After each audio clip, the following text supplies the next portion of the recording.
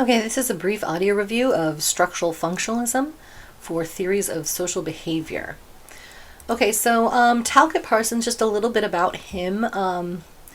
He was born in 1902 in Colorado, and he studied the natural sciences, particularly biology, as well as philosophy and the social sciences. He attended the London School of Economics and Political Science as a graduate student, and then he studied at the University of Heidelberg, Germany, where he was exposed to and deeply influenced by the work of Max Weber. So he was interested in the relationship between the economic theories and sociological theories. And he wrote his doctoral dissertation on the role of capitalism in German literature, highlighting both Weber and Marx. He translated Weber's Protestant Ethic and the Spirit of Capitalism into English, introducing Weber to the English-speaking academic world. And then later he taught at Harvard in the Department of Economics, and he became a tenured professor of sociology and chair of the Harvard Sociology Department, and as well as president of the American Sociological Association. So a heavy hitter in his resume. C. Wright Mills and other critics charged Parsons with a conservative bias as well as academic elitism, which we'll get into in a minute. So there was some anti-Parsonian backlash.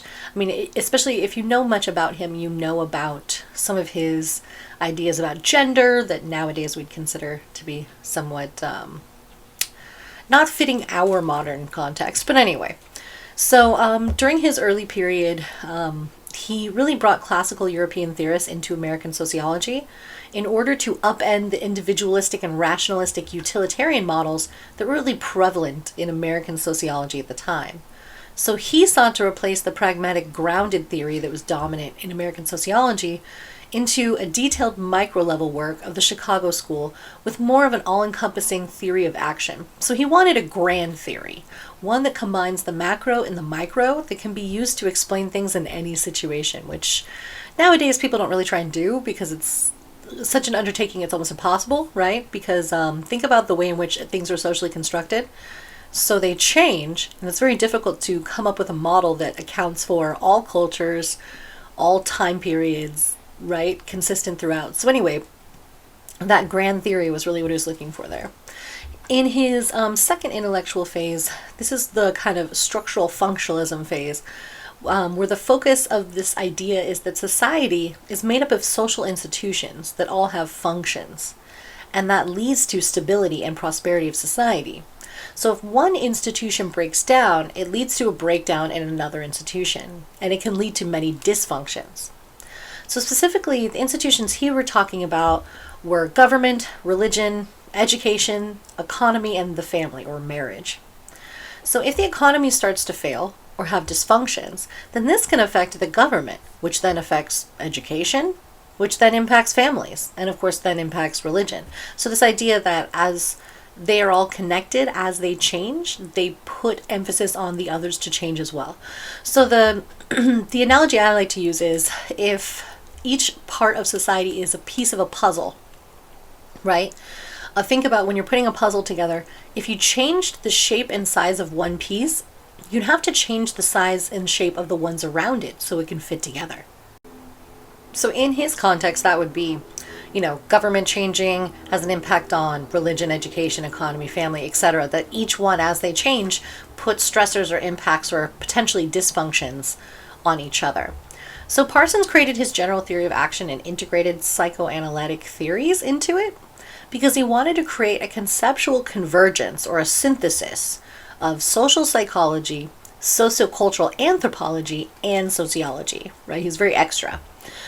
So his third and final intellectual phase is when he developed his interchange model and focused on the evolution of societies, and he shifted back to his preoccupation with political and economic systems. So he introduced various terms in sociology that you're pretty familiar with at this point, including, because again, he was looking at stuff like education, media, politics, the family, so many different things. So he introduced terms like norms, values, roles, social systems, social structures, and social institutions. So a lot of those words you've been throwing around for years, they're all thanks to Talcott Parsons. Okay, moving on to some of his actual intellectual influences and core ideas. So his action system and social systems can be very complicated, so hopefully this will make sense. So Parsons' idea about action is that action must not be viewed in isolation, rather as a process in time. So basically, social action interested Parsons and how people choose between alternative values and actions, and that this must be voluntary and guided by the norms of a culture. So he thinks that motives are an important part of people's actions. So Parson would say that an actor is not independent, but they're dependent on the social values when they perform a societal action. So he thought the goal of sociological theory is to explain the relationship between action systems. He has, again, some of these other terminology within this context is like the unit act, which refers to a hypothetical actor in a hypothetical situation that's bounded by an array of parameters and conditions, which means, required effort or ends or goals, situations, norms. So Parsons conceptualized action systems as a means for analyzing social phenomena.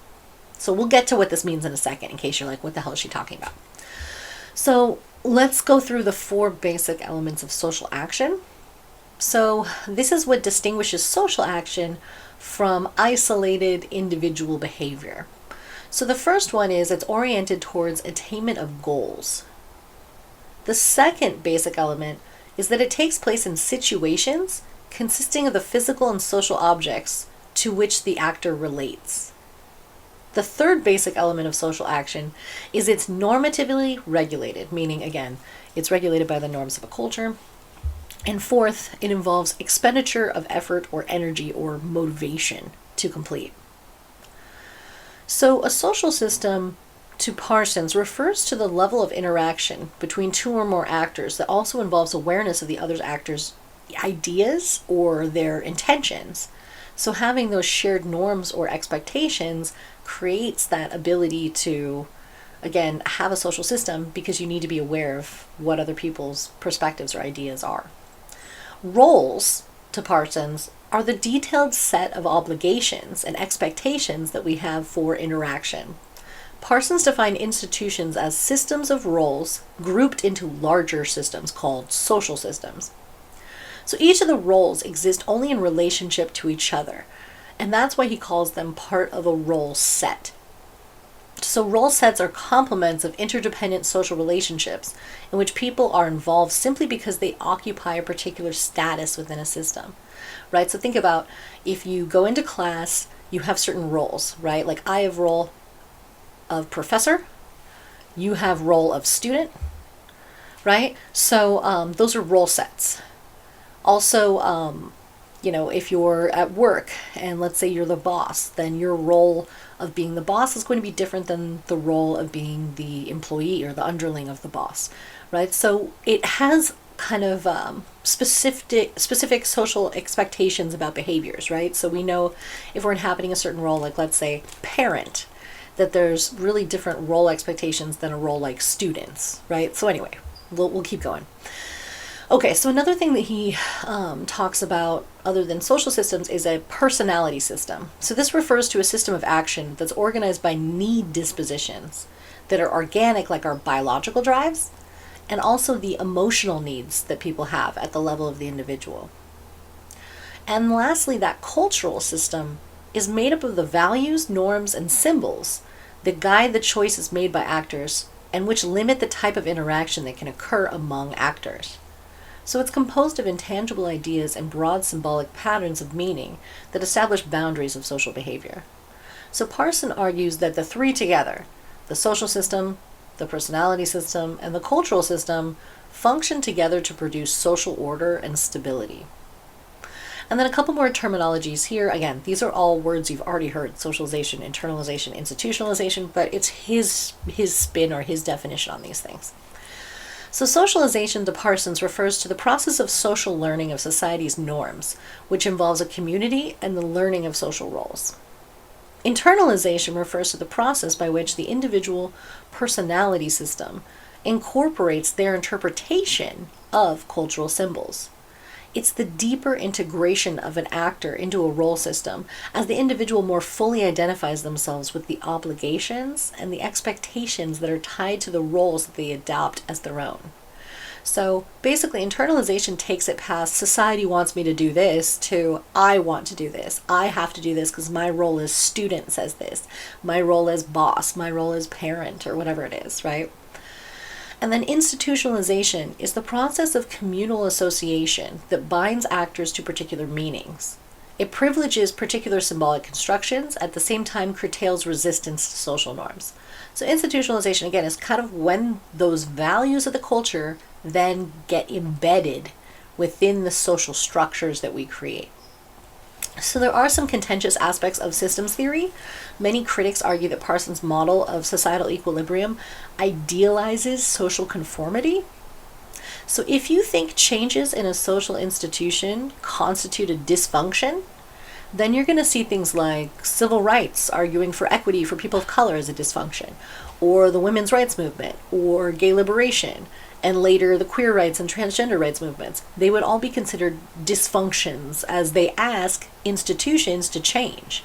So this is part of the backlash to these movements. So for example, civil rights, they had to change laws, such as, letting people of color vote without threat of violence, or to be able to work without being discriminated against. So that affects the economy, which then also affects the family, et cetera, et cetera, et cetera, in his whole model of how, as you change one institution, it has impacts on other institutions. So a very valid criticism of Parsons is that things should stay static to have stability in society.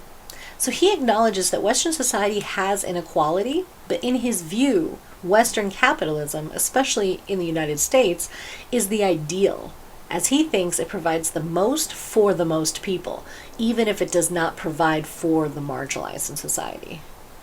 And again, this is, you got to look at the time period in which he's looking at that too, right? This is a dude born in 1902, right? So, okay, so although critics have condemned Parsons for his kind of static model of social order that emphasizes consensus, Parsons' main point is that social systems are continuously adjusting and changing as a result of environmental conditions. That social systems are continuously in flux. So that's kind of a criticism that he gets that's not really fair. He might have idealized a stable system, but he acknowledges that things do change. And then Parsons maintains that each functional subsystem is itself a self-contained system that contains many of its own subsystems. So it's inevitable that changes are functional for one part of a system can produce changes that are not necessarily functional for other parts of that same system.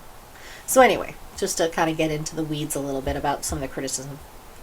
Okay, let's move on to some of his other complicated concepts.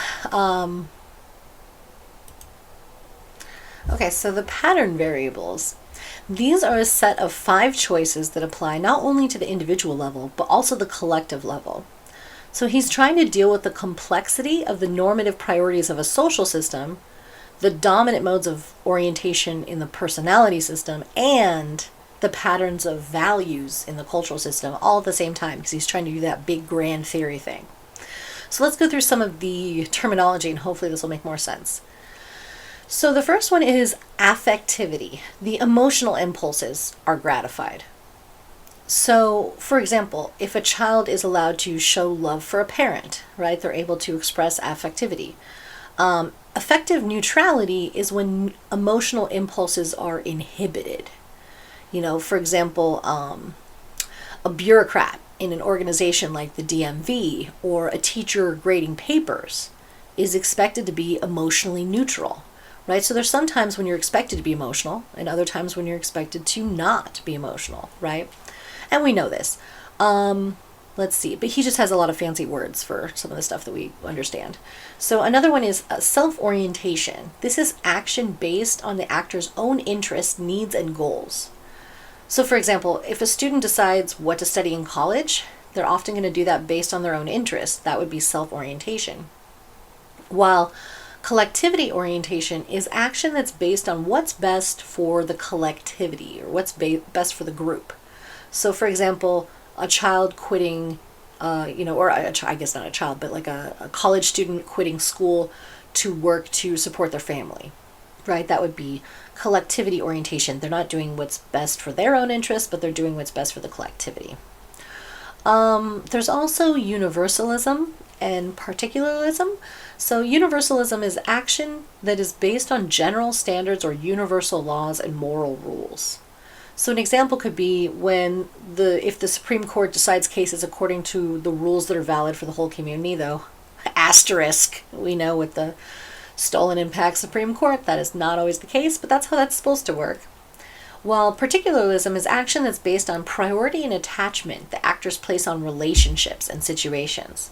So, for example, you might help a friend without considering whether or not they were right or wrong for what they did, right? You're just going to help support them because you care about them. Or like, let's say, again, you have a kid and they commit some sort of crime. You're like, okay, but I'm still going to help support them because I love them, right? This idea of particularism is really just based on the attachment that someone has to a person or a situation. Ascription is action based on given attributes, such as race, gender, age. So for instance, you're eligible to buy alcohol or vote because you hit a certain age. And achievement is actions based on performance, right? So you graduate from college, that's based on your completion of requirements for graduation. And then lastly, there's specificity and diffuseness. So specificity is action based on specific criteria or roles.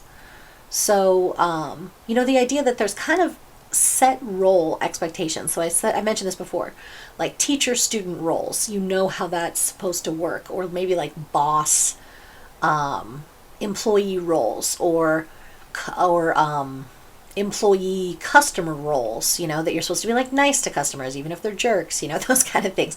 There's those expectations that are already set there in very specific terms about how those roles are supposed to relate to one another. While diffuseness is the opposite, it's an open guidelines for action. So for instance, like if I decided to add all of you on Instagram and be like, where are we partying at this weekend? Right? I would be going beyond the clear boundaries of a teacher-student relationship, and that would be kind of considered bizarre, but in this diffuseness. So now we're going to talk about the 4 subsystems of action according to Parsons, which sometimes is referred to as agile, right? Adaptation, goal attainment, integration, and latent pattern maintenance. So adaptation refers to responses to the physical environment, or the capacity of society to interact with the environment. So this includes gathering resources or producing commodities to things like social redistribution. So Parsons connects individual action through the 3 things we talked about before: the social system, the personality system, and the cultural system. And he applies each concept within Agile to those 3 systems. So for adaptation in the social system, the need to have food to eat and places to live and other commodities that we have is the economy, right? The adaptation is the economy. So he connects the micro and the macro and sees our individual interactions as the micro basis of our macro social institutions.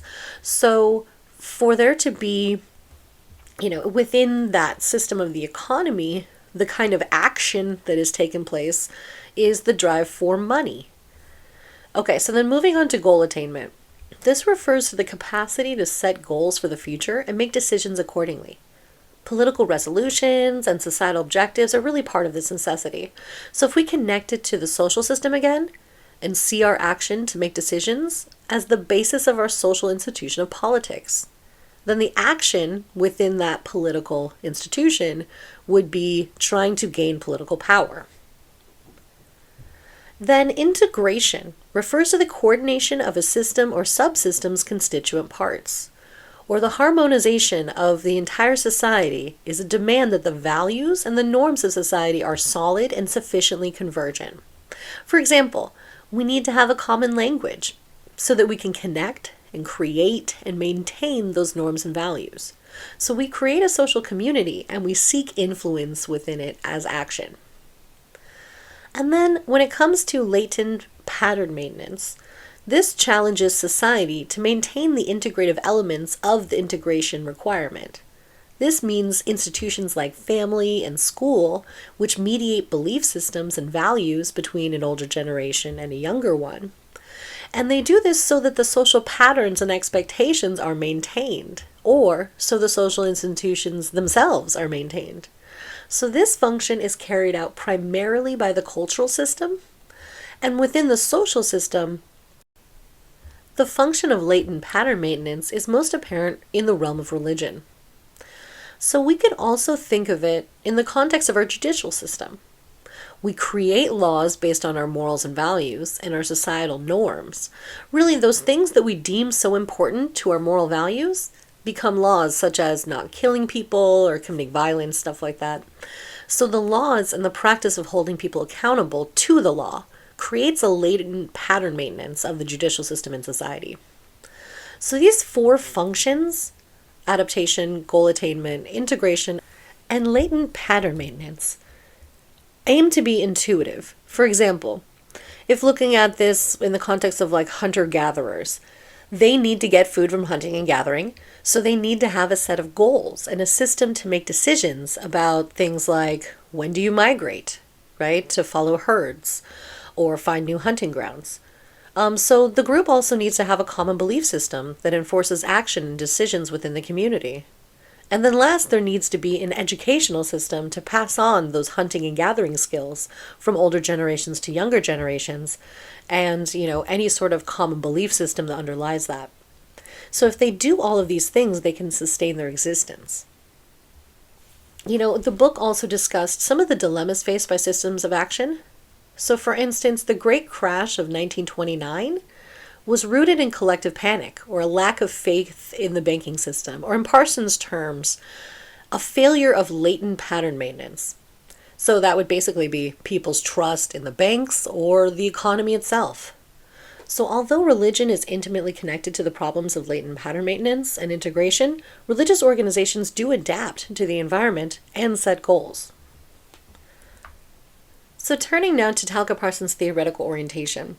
So there is definitely a multidimensional meta-theoretical model here, where Parsons is trying to create, ideas that are macro and micro. So this multidimensionality is really reflected in his conceptualization of the Unit Act. And, he's trying to give, or his ideas are giving rise to this idea of order and action models. And he was really trying to create kind of a grand theory that could explain a lot of ways in which people act in society and the motivations and the reasons behind that. So Parsons' conceptual trilogy of institutionalization, internalization, and socialization explicitly integrates individual and collective approaches to order. So there are rational and non-rational motivations within Agile. So Parsons' integration of rational and non-rational forms is kind of woven together. So adaptation and goal attainment speak to a more rationalistic side of action in social systems, while integration and latent pattern maintenance speaks more to the non-rational dimensions.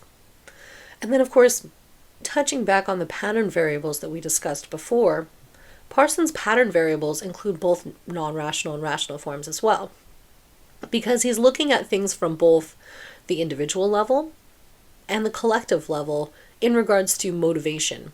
So specific pattern variables speak directly to either action or order. When looking at kinds of societies, Parsons construed modern Western societies are geared more towards rational and individualistic motivation and patterns, while traditional societies were geared more towards non-rational and collectivistic motivations and patterns. Parsons suffered from this stigma of trying to uphold the status quo, because he's saying in society, it's kind of the basis of functionalism, the idea of functioning institutions kind of relies upon them being static. And we talked about this last time. That's a little bit of an oversimplification of actually what he's saying. But because of that, he was often charged with being a defender of the status quo, or the kind of, ways in which society operated at that time period, as that should be something that is maintained, especially just kind of the overall values of Western society. Okay, looking at Merton a little bit, we went through this part in class a little bit. He was a professor, blah, blah, blah, that kind of stuff. We talked about that already. Okay, we went over manifest and latent functions, but just as a little brief reminder that they're the most well-known concepts to come from, this kind of functionalist viewpoint from Merton. So, manifest functions are the overt or intended purpose of an action, while latent functions refer to implicit or unrecognized purposes. So, Merton argues that social actions sometimes have latent functions far more significant than their manifest purpose. We talked about the Hopi rain dance example, and then we did that activity, right, looking at some of the different structures in society, and I had you guys break into groups, right? And then we kind of looked at what were some of the manifest and the latent functions of those particular social structures. So, and I picked specifically religion, sports, globalization, because they're things that we've all encountered at some point. Okay, so society as a system of interrelated parts. So Merton's concept of manifest and latent functions really enhances the Parsonian notion of society as a system of interrelated parts. Right, as we talked about before, like the idea that each institution is like a piece of a puzzle that fits together to create a whole. So Parsons' conceptualization of society as a system of interrelated parts had implied that all social institutions were inherently functional, and that even functional or beneficial institutions or subsystems can produce dysfunctions or unintended consequences as well. So looking at Merton's theory of deviance, this is just referring to modes of action that don't conform to the dominant norms or values in a social group or society.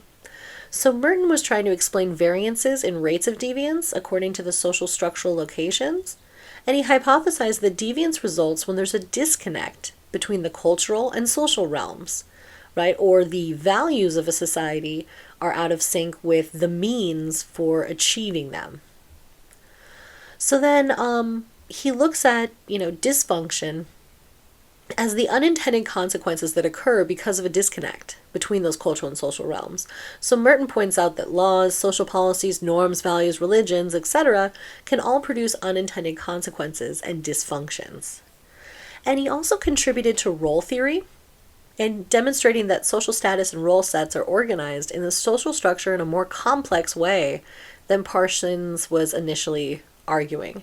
So Merton defines social status as a position in a social system with its distinctive array of designated rights and obligations. The status of a role is not fixed, but rather changes in conjunction with a particular role set involved.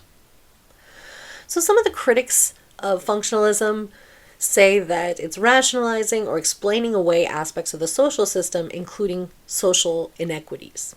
So functionalists note that certain policies or institutions can be dysfunctional for an entire group of people, but maintained because they are functional for a more powerful social group or for the social system itself.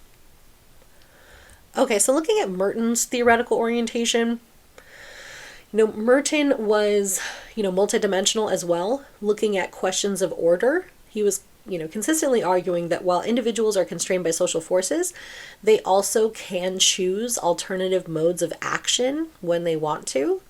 And this is most readily apparent in his theory of deviance. So Merton's role theory reflects both the individual and collective levels of order, and that role sets are composed of both normative expectations and obligations that pre-exist the individual actor. So both that actors sometimes play their roles quite deliberately and strategically, and at the level of the system, that positions and obligations within highly rationalized society reflect the primacy of the rational realm. So actors often take on roles unreflectively because they believe they're morally right or they're inevitable, which reflects both the non-rational individual realm as well as that of the collective. So he does have this emphasis on the collective and non-rational realm. Overall, structural functionalism, that's kind of where it's tending to emphasize the collective or non-rational. And conflict theorists of the 60s and 70s really criticized structural functionalists for underemphasizing the influence of pre-existing institutions and, of course, powerful social groups that mold those institutions, in the benefit or in the reflection of their interests. So that's something that we'll explore a little bit more when we get into a little bit more of the conflict theorists from that time period later on in the class.